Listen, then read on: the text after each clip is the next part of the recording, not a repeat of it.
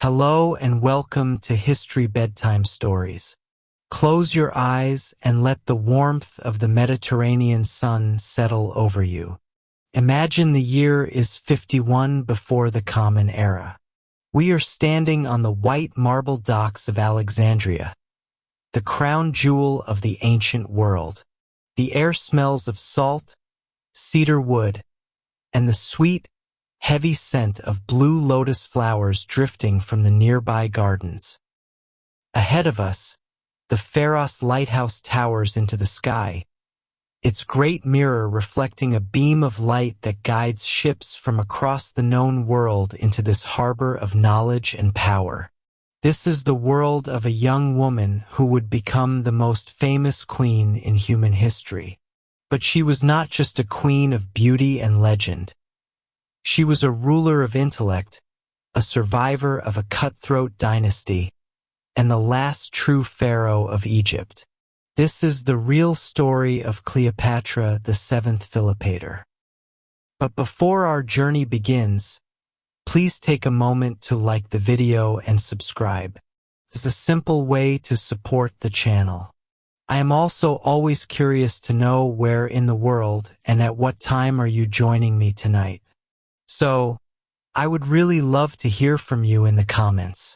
To understand Cleopatra, we must first understand the blood that flowed through her veins. She was not Egyptian by ethnicity, but Macedonian Greek. Her family, the Ptolemies, had ruled Egypt for nearly 300 years. Ever since Alexander the Great's general, Ptolemy I, took the throne after Alexander's death. For 3 centuries, this family lived as Greeks in an Egyptian land. They built their palaces in the Greek style, they spoke the Greek language, and they largely kept themselves apart from the ancient culture of the Nile that surrounded them. But Cleopatra was different from the very beginning. While her father, Ptolemy XII Elites, struggled to keep his crown amidst debt and Roman interference, Cleopatra was in the Great Library. She was a polyglot, a master of languages. It is said she could speak at least 9 tongues, including Hebrew, Ethiopic, and the language of the cave dwellers.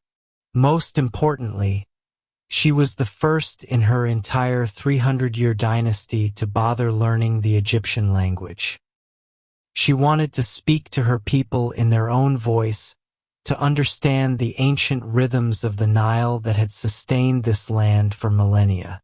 Imagine her as a teenager walking through the halls of the Museion, the great research institute of Alexandria. She wasn't just learning court etiquette.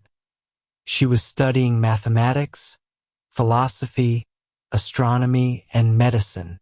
She watched as the Roman Republic grew like a shadow over the Mediterranean, swallowing kingdoms one by one. She saw her father forced to bribe Roman senators just to keep his throne, driving Egypt into massive debt. She learned early on that to survive in this world, a queen needed more than a crown. She needed a sharp mind and a silver tongue. When her father died in 51 before the Common Era, 18-year-old Cleopatra inherited a kingdom on the brink of collapse. According to her father's will, she was to rule alongside her younger brother, Ptolemy XIII, who was only about 10 years old at the time. But the Egyptian court was a nest of vipers. Ptolemy XIII was controlled by powerful advisors, men like Pothinus the eunuch and Achilles the general, who saw a brilliant, independent young woman like Cleopatra as a threat to their own influence. They wanted a puppet on the throne, not a scholar queen. Within a few short years, the tension boiled over into a civil war. Cleopatra was forced to flee Alexandria, escaping into the deserts of Syria to raise an army of mercenaries. Imagine her there, under the vast, silent desert stars, a queen without a kingdom, planning her return. She was barely 20 years old, Yet she was preparing to face down the most powerful men in the world to reclaim her birthright. While Cleopatra was in the desert, the Roman civil war between Julius Caesar and Pompey the Great spilled over onto Egyptian shores. Pompey, defeated at the Battle of Pharsalus, fled to Egypt seeking sanctuary. Instead, the advisors of young Ptolemy XIII had him murdered as he stepped onto the beach, hoping to win Caesar's favor. When Caesar arrived in Alexandria days later, he was not pleased. He was horrified. Despite their rivalry, Pompey was a Roman consul and Caesar's former son-in-law. Caesar took up residence in the royal palace of Alexandria, demanding that the Egyptian civil war be settled and the debts owed to Rome be paid. This was Cleopatra's moment. She knew she couldn't simply walk into the palace. Her brother's guards would kill her before she reached the door. This is where the legend meets reality. She traveled by night in a small boat, accompanied only by a loyal friend named Apollodorus the Sicilian. To get past the guards, she had herself bundled inside a large linen sack, often remembered as a carpet, though historical accounts suggest it was a sturdy laundry bag. Apollodorus carried her through the palace gates as a gift for the Roman general. When the bag was unrolled in Caesar's private quarters, out stepped the young queen, disheveled but defiant. Caesar, a man who prized intelligence and audacity above all else, was instantly captivated. He didn't just see a beautiful woman. He saw a political partner who understood the world as he did. The months that followed were a whirlwind of fire and blood. Ptolemy XIII's forces besieged the palace, trapping Caesar and Cleopatra inside. This was the famous Siege of Alexandria. During the fighting, parts of the Great Library were tragically burned, a loss of knowledge that still haunts history. But with Roman reinforcements, Caesar eventually broke the siege. Ptolemy XIII drowned in the Nile while trying to flee, his heavy golden armor dragging him down into the silt. Cleopatra was once again the Queen of Egypt, now ruling with another younger brother, Ptolemy XIV, whom she would eventually outmaneuver as well. With her throne secure, Cleopatra and Caesar took a legendary journey up the Nile. Imagine a massive, floating palace, a royal barge decorated with gold and fine linens, carrying the Roman conqueror and the Egyptian queen past the ancient pyramids and the towering temples of Luxor. It was a journey of both romance and political theater. Cleopatra was showing Caesar the wealth and antiquity of her land, reminding him that while Rome had the swords, Egypt had the gold and the gods. By the time Caesar returned to Rome, Cleopatra was pregnant with his son, whom the people called Caesarion, Little Caesar. In 46 before the Common Era, Cleopatra traveled to Rome as Caesar's guest. She lived in a magnificent villa across the Tiber River, shocking Roman society with her presence. The Romans were a conservative people. They were wary of kings and queens, and they were especially wary of a powerful Eastern woman who seemed to have their greatest general under her spell. Cleopatra brought with her a retinue of scholars and scientists. It was through her that Caesar learned of the Egyptian solar calendar, leading him to create the Julian calendar, the ancestor of the calendar we use today. But the luxury and influence she wielded only fueled the resentment of Caesar's enemies. On the Ides of March 44 before the Common Era, the world changed in a single afternoon. Julius Caesar was assassinated in the Senate. Cleopatra, suddenly unprotected in a hostile city, fled back to Egypt. She knew that the Roman world would soon descend into another civil war, and she had to ensure that Egypt, and her son Caesarion, would survive the coming storm. She returned to an Alexandria that was grieving but still vibrant. She set to work immediately, stabilizing the economy and dealing with the famines caused by the Nile's failure to overflow. She was a hands-on ruler, managing the grain stores and the treasury with the same precision she applied to her studies. As the Roman world split between the supporters of Caesar's assassins and the triumvirate of Mark Antony, Octavian, and Lepidus, Cleopatra waited. She knew that whoever emerged victorious would eventually come to her, for Egypt was the breadbasket of the Mediterranean. It was Mark Antony who called for her first. He summoned her to Tarsus, in what is now Turkey, to answer for her alleged support of his enemies. Cleopatra, ever the master of spectacle, did not arrive as a supplicant. She arrived as the goddess Isis herself. Imagine her ship sailing up the Cydnus River. The oars were made of silver and moved to the sound of flutes and harps. The sails were a deep, royal purple.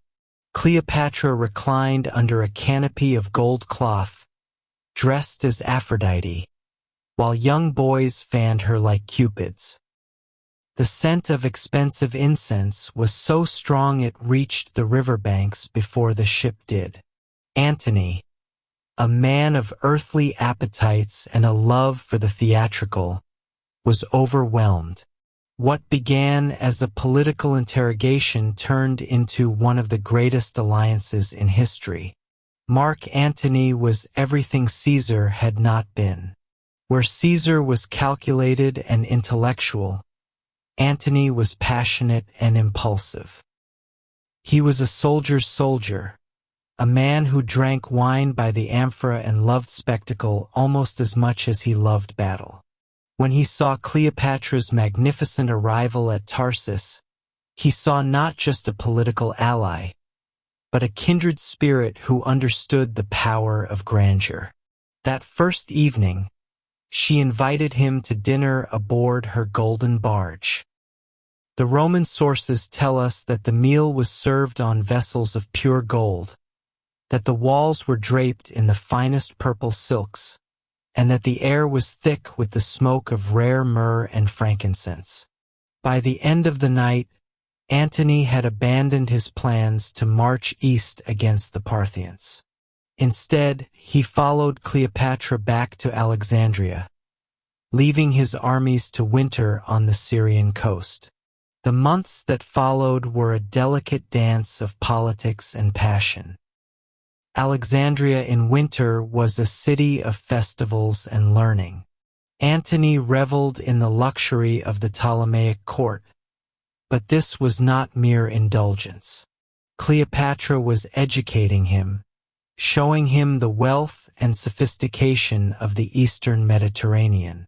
Together, they formed a society they called the Inimitable Livers, a group dedicated to enjoying the finest pleasures life could offer. They would dress as common servants and roam the streets of Alexandria at night, playing pranks and drinking in taverns. It sounds frivolous, but it served a purpose. Cleopatra was making herself beloved by her people, showing them that their queen was not some distant goddess but a living, breathing woman who shared their joys. And she was binding Antony to Egypt, making him see Alexandria not as a foreign city to be conquered, but as a second home to be protected. Yet politics could never be ignored for long. In the spring of 40 before the Common Era, Antony was forced to return to Italy. His wife Fulvia had raised a rebellion against Octavian, and Antony needed to manage the crisis before his alliance with Caesar's heir completely collapsed. During his absence, Cleopatra gave birth to twins, Alexander Helios and Cleopatra Selene.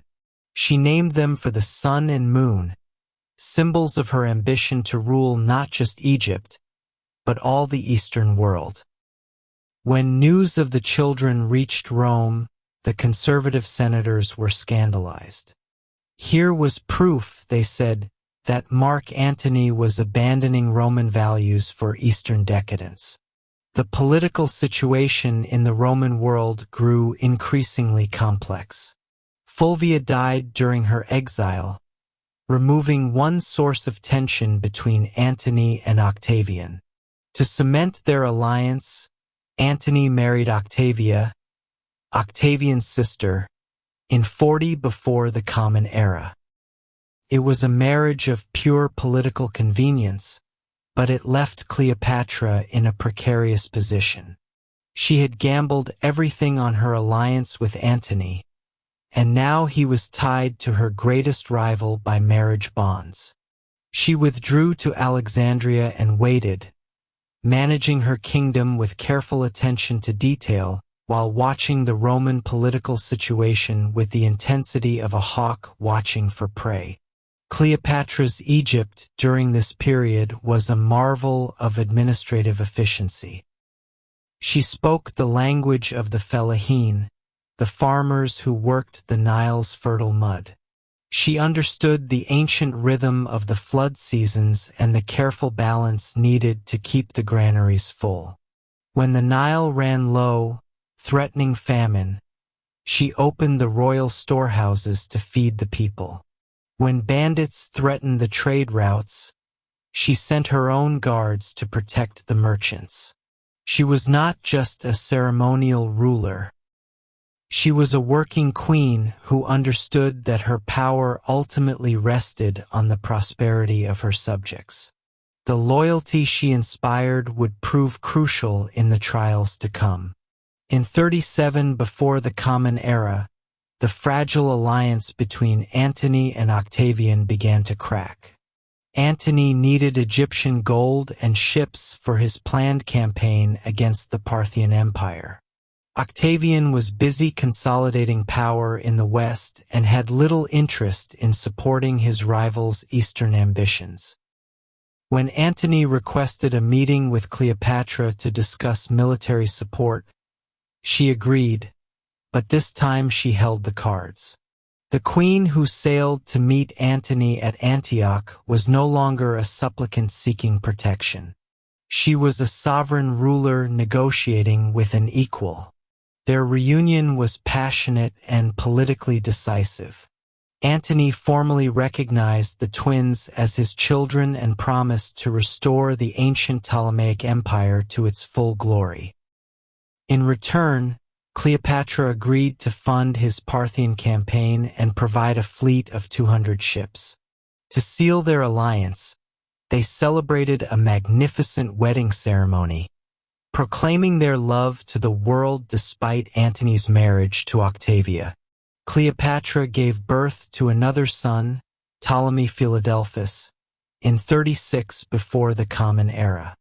With 3 children by Roman leaders, Caesarion by Julius Caesar and the twins plus young Ptolemy by Mark Antony, she was building a dynasty that could bridge the Greek, Egyptian, and Roman worlds.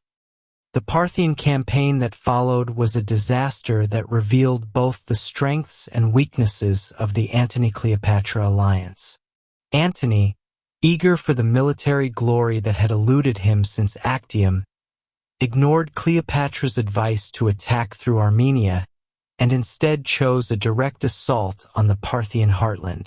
The campaign quickly bogged down into a series of bloody sieges and tactical retreats.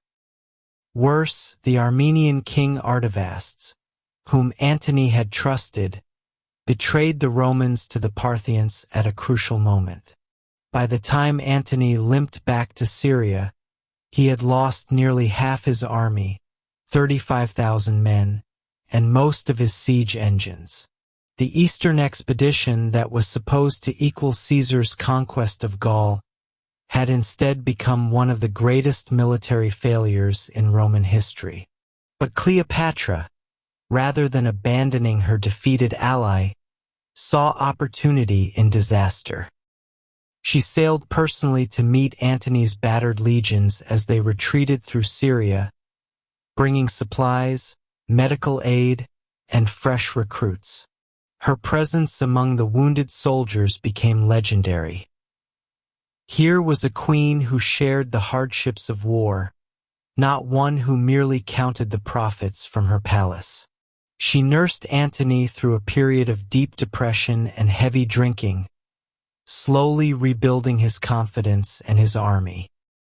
Together, they planned a campaign of revenge against Armenia, and in 34 before the Common Era, they succeeded in capturing King Artavasdes and annexing his kingdom. The victory celebration in Alexandria was deliberately designed to shock the Roman world. Antony held a magnificent triumph through the streets of the Egyptian capital, displaying the captured Armenian king and the spoils of war. But this was not a Roman triumph. It was an Eastern ceremony that proclaimed Antony as the new Alexander the Great. In the climax of the ceremony, known as the Donations of Alexandria, Antony proclaimed Cleopatra as Queen of Kings and Caesarion as King of Kings. He formally divided the eastern territories of the Roman Empire among their children. Alexander Helios was given Armenia, Media, and Parthia, though these last two were not yet conquered. Cleopatra Selene received Cyrenaica and Libya, and little Ptolemy Philadelphus was granted Phoenicia, Syria, and Cilicia. It was a direct challenge to Roman authority and to Octavian's growing power in the West. The reaction in Rome was explosive. Octavian, who had been carefully building his own power base while Antony struggled in the East, seized on the Donations of Alexandria as proof that his rival had abandoned Rome for foreign ambitions. He read Antony's will before the Senate, probably illegally, revealing that Antony wished to be buried in Alexandria rather than Rome and had left vast territories to his children by Cleopatra. The conservative senators, already suspicious of Eastern influences, were horrified.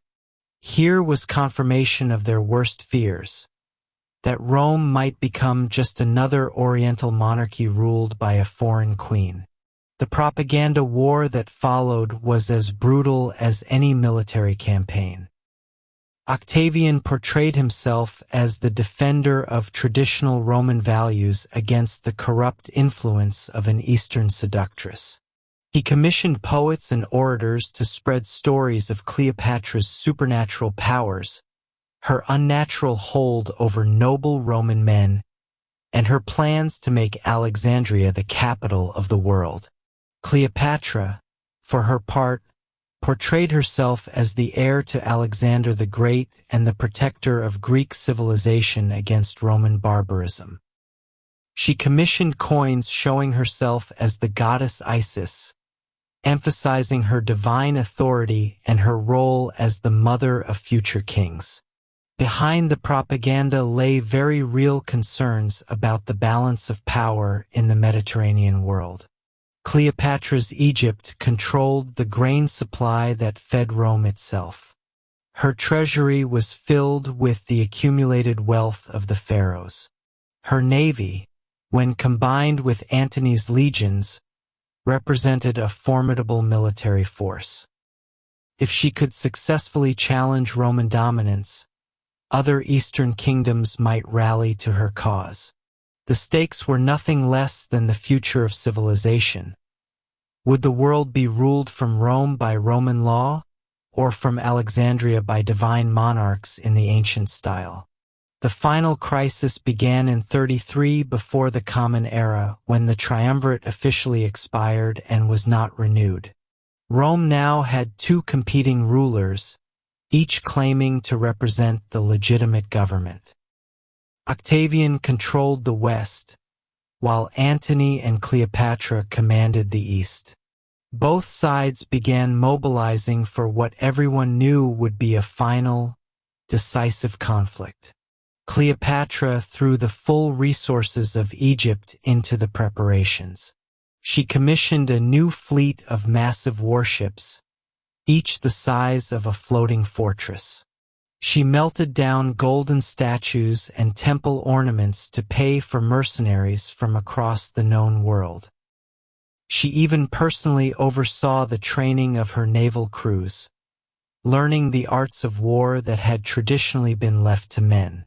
The armies that gathered in 32 before the Common Era were the largest the ancient world had ever seen. Octavian assembled over 80,000 infantry and 12,000 cavalry, supported by a fleet of 400 ships. Antony and Cleopatra's forces were even larger. 100,000 infantry, 12,000 cavalry, and 500 ships, including Cleopatra's magnificent personal flagship, a massive vessel with multiple decks and bronze-reinforced ram. But numbers alone would not determine the outcome.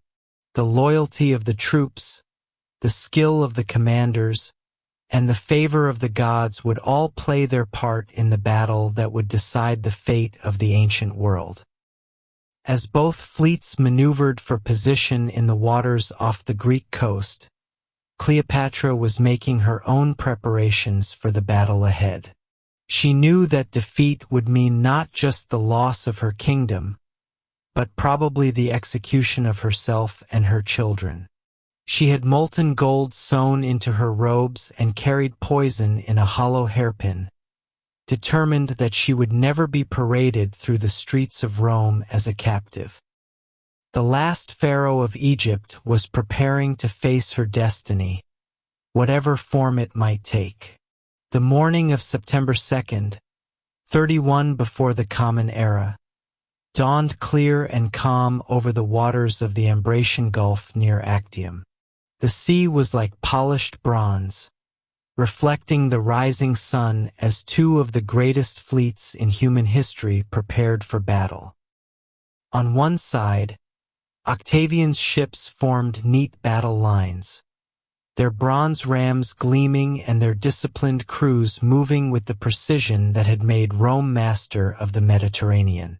On the other side, the combined fleet of Antony and Cleopatra presented a more magnificent but less coordinated sight. The Egyptian ships were larger and more heavily decorated, floating palaces designed as much for ceremony as for war. Cleopatra's own flagship towered above the rest, its purple sails snapping in the morning breeze, its decks crowded with the finest archers and marines that Egyptian gold could buy. But all was not well in the camp of Antony and Cleopatra. Desertion had been plaguing their forces for months. Roman soldiers who had followed Antony for years were beginning to question whether they were fighting for Rome or against it. Several of Antony's most trusted commanders had already fled to Octavian's side, bringing with them detailed knowledge of Antony's battle plans and the disposition of his forces.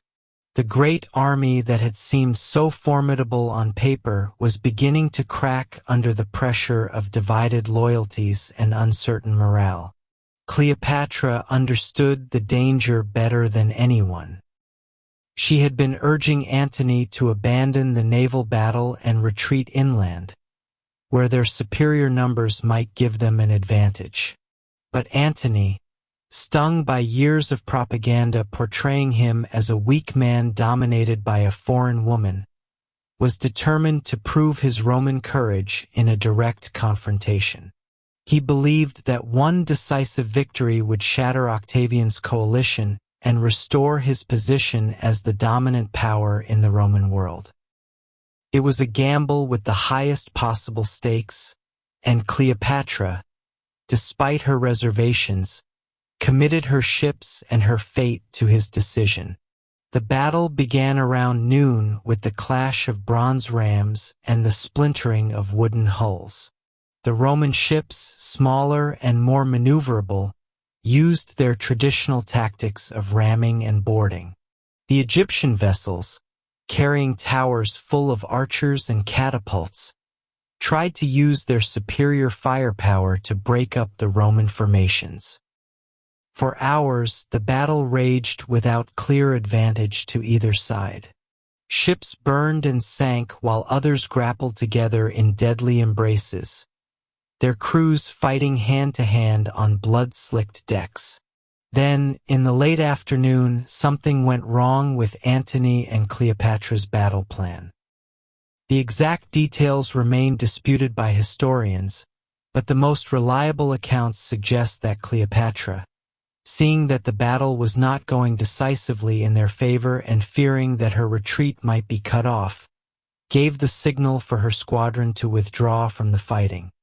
Her 60 ships, laden with the royal treasury and the apparatus of government, began to sail south toward the open sea and the safety of Egypt. When Antony saw the purple sails of Cleopatra's ship disappearing toward the horizon, he faced the most crucial decision of his life. He could stay and continue the battle, possibly winning a victory but certainly losing the woman he loved and the alliance that had defined his career. Or he could follow her, abandoning his men in the middle of a fight but preserving his personal and political partnership with the Queen of Egypt. In that moment of crisis, the general who had once been Caesar's most trusted lieutenant chose love over duty. He transferred to a fast galley and raced after Cleopatra, leaving his fleet and army leaderless in the face of Octavian's advancing forces. The psychological impact of Antony's flight was immediate and devastating. Seeing their commander abandon the battle, many of his remaining ships surrendered without further fighting. His land army, still intact and vastly superior in numbers to Octavian's forces, held together for a few more days before they too began to defect or simply melt away into the countryside. Within a week, the most powerful military force in the eastern Mediterranean had ceased to exist, not through military defeat but through the collapse of morale and leadership. The 3-day journey back to Alexandria was a nightmare of recrimination and despair. Antony, overwhelmed by shame at his abandonment of his men, fell into a deep depression and refused to speak to anyone, including Cleopatra. She, meanwhile, was frantically calculating her options for survival. Egypt was still rich, still powerful, still capable of defending itself if properly led. But she needed time to organize her defenses and perhaps to find new allies among the eastern kingdoms that had not yet submitted to Roman rule. When they reached Alexandria, Cleopatra immediately began preparing the city for siege, while also opening secret negotiations with Octavian. She was fighting on multiple fronts: military, diplomatic, and personal. She reinforced the harbor defenses and called up the militia, but she also sent envoys to Octavian with offers of tribute and submission.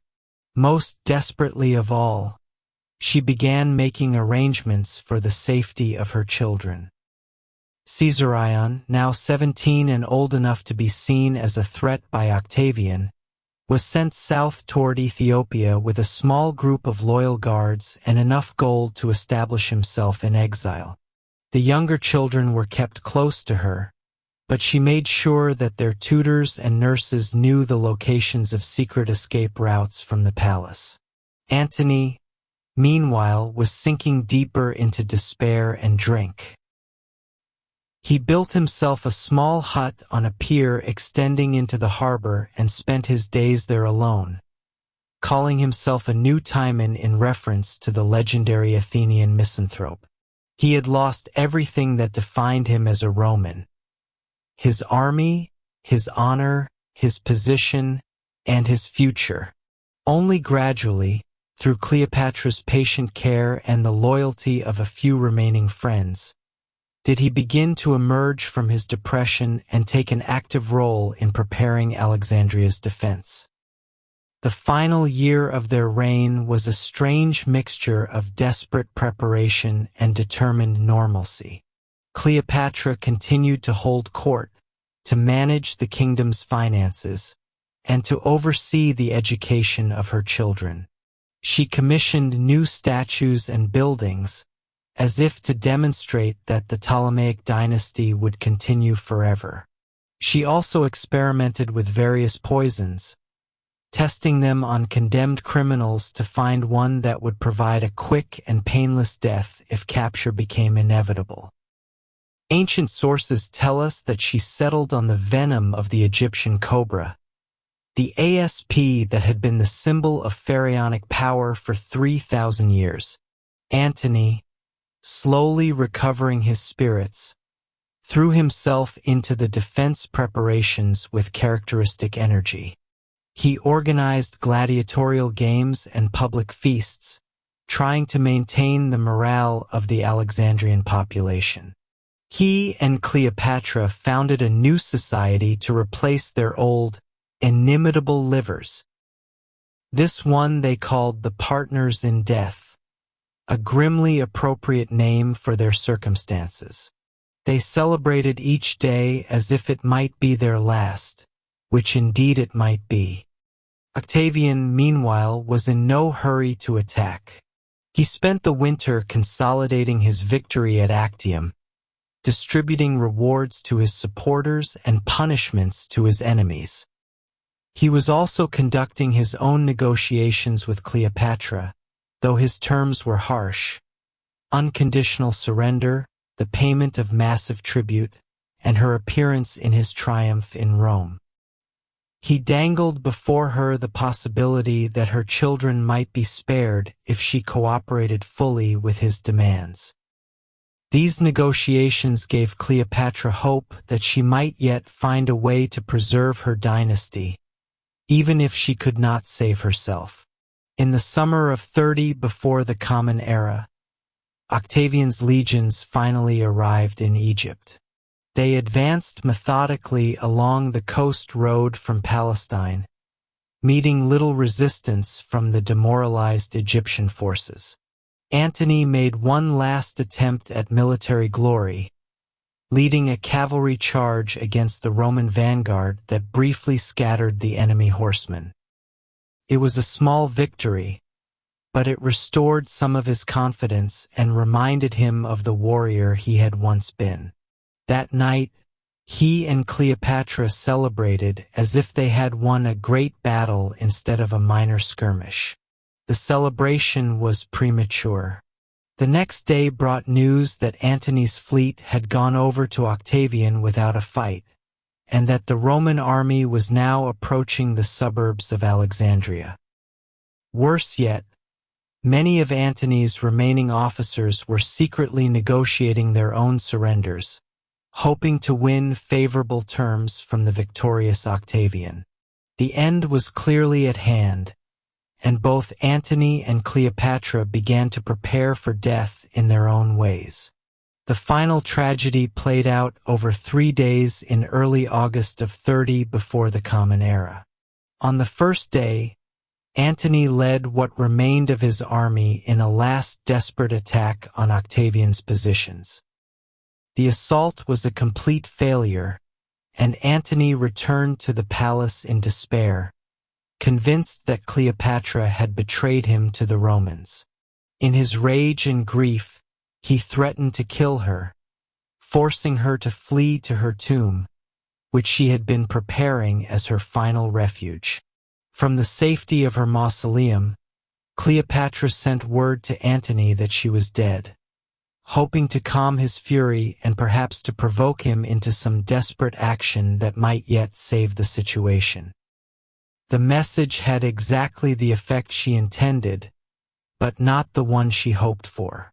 Antony, overwhelmed by grief at the news of her death, fell on his sword in the traditional Roman manner. But his suicide attempt was bungled. The wound was mortal but not immediately fatal, and he lay bleeding while his servants wept around him. It was then that a messenger arrived with the truth. Cleopatra was alive and hiding in her tomb. With his last strength, Antony asked to be carried to her. The scene that followed has haunted the imagination of poets and painters for 2,000 years. Cleopatra, afraid to open the heavily barred doors of the mausoleum lest Octavian's soldiers force their way in, instead lowered ropes from an upper window. Antony, dying from his wound, was hauled up the side of the building by the women attending the queen. There, in the cool darkness of the tomb she had prepared for herself, he died in her arms. Cleopatra's own end came 2 days later, on August 12th, 30 before the Common Era. Octavian had captured her and was keeping her under guard in the royal palace, intending to preserve her for his triumph in Rome. But the queen had no intention of being paraded through the streets of the Eternal City as a captive. The exact method of her suicide remains one of history's great mysteries. The traditional account, beloved by Shakespeare and Hollywood, tells of an ASP smuggled into her chamber in a basket of figs. But modern historians suggest she may have used a poisoned ointment or a hollow hairpin filled with a deadly toxin. What is certain is that she died with dignity, dressed in her royal regalia and surrounded by her most faithful servants, Iras and Charmian, who died with her. When Octavian's guards found her body, she appeared to be peacefully sleeping, beautiful even in death. A message she had written to Octavian requested that she be buried beside Antony, a final request that the Roman general granted. With Cleopatra's death, the age of the pharaohs came to an end after 3,000 years. Egypt became a Roman province, and Alexandria, once the greatest city of the ancient world, became just another administrative center of the empire. The Great Library began its slow decline, and the ancient Egyptian religion gradually gave way to new faiths from the East. The last independent ruler of Egypt had been not an Egyptian but a Greek, and her death marked the end of the Hellenistic world that had emerged from Alexander's conquests 3 centuries earlier. The fate of Cleopatra's children was mixed. Caesarion, her son by Julius Caesar, was tracked down and executed on Octavian's orders. There could be no surviving male heir to Caesar's legacy. But her 3 children by Antony were spared and taken to Rome, where they were raised by Antony's Roman wife, Octavia. Alexander Helios disappeared from history as a child, probably dying young. Cleopatra Selene, however, survived to adulthood and became Queen of Mauritania, preserving a small remnant of the Ptolemaic bloodline in North Africa. Ptolemy Philadelphus also lived to maturity but left no mark on history. The story of Cleopatra did not die with her. Even as Octavian was transforming himself into the Emperor Augustus and establishing the Roman Empire that would dominate the Mediterranean for centuries, poets and historians were already creating the legend that would outlive the facts. The Romans, perhaps feeling guilty about destroying such a remarkable woman, transformed her into a figure of exotic seduction and supernatural power. She became the dangerous Eastern queen who had almost brought down the Roman Republic through her wiles. Later ages would add their own layers to the legend. Medieval Christians saw her as an example of the dangers of earthly vanity and sexual temptation. Renaissance artists painted her as the ideal of classical beauty and tragic nobility. The Romantic poets of the 18th and 19th centuries made her a symbol of the exotic Orient and the power of passionate love. In our own time, She has become an icon of female empowerment and a symbol of the clash between East and West. But the real Cleopatra, the one we have been following through these long hours of storytelling, was more complex and more interesting than any of these legends suggest. She was a brilliant politician who spoke 9 languages and understood the economic foundations of power. She was a patron of learning who made Alexandria a center of scholarship and scientific research. She was a naval commander who personally led her fleet into battle and a diplomat who negotiated with the most powerful men of her age as an equal. She was a mother who loved her children and tried to secure their future even as her own world collapsed around her. Most importantly, she was the last ruler of an independent Egypt for nearly 2,000 years. After her death, her country would be ruled by Romans, Byzantines, Arabs, Ottomans, and Europeans. Not until the 20th century would Egypt again have native rulers, and even today the memory of Cleopatra serves as a symbol of Egyptian pride and independence. She was the last pharaoh, the final link in a chain that stretched back to the dawn of civilization in the Nile Valley. Her story reminds us that history is made not just by armies and economics, but by individual human beings making difficult choices under impossible pressure. Cleopatra could have submitted to Rome at any point and lived out her life as a client queen, wealthy and comfortable but powerless. Instead, she chose to gamble everything on the possibility of preserving her independence and her dynasty. She lost that gamble, but in losing it with courage and intelligence, she achieved a kind of immortality that no mere survival could have provided. As you drift off to sleep tonight, let your dreams carry you back to that Alexandria of marble and gold, where the lighthouse guided ships from across the known world and the library held all the knowledge of antiquity. Imagine the young woman walking through those halls of learning, mastering languages and mathematics and philosophy, preparing herself to be not just a queen but a true ruler.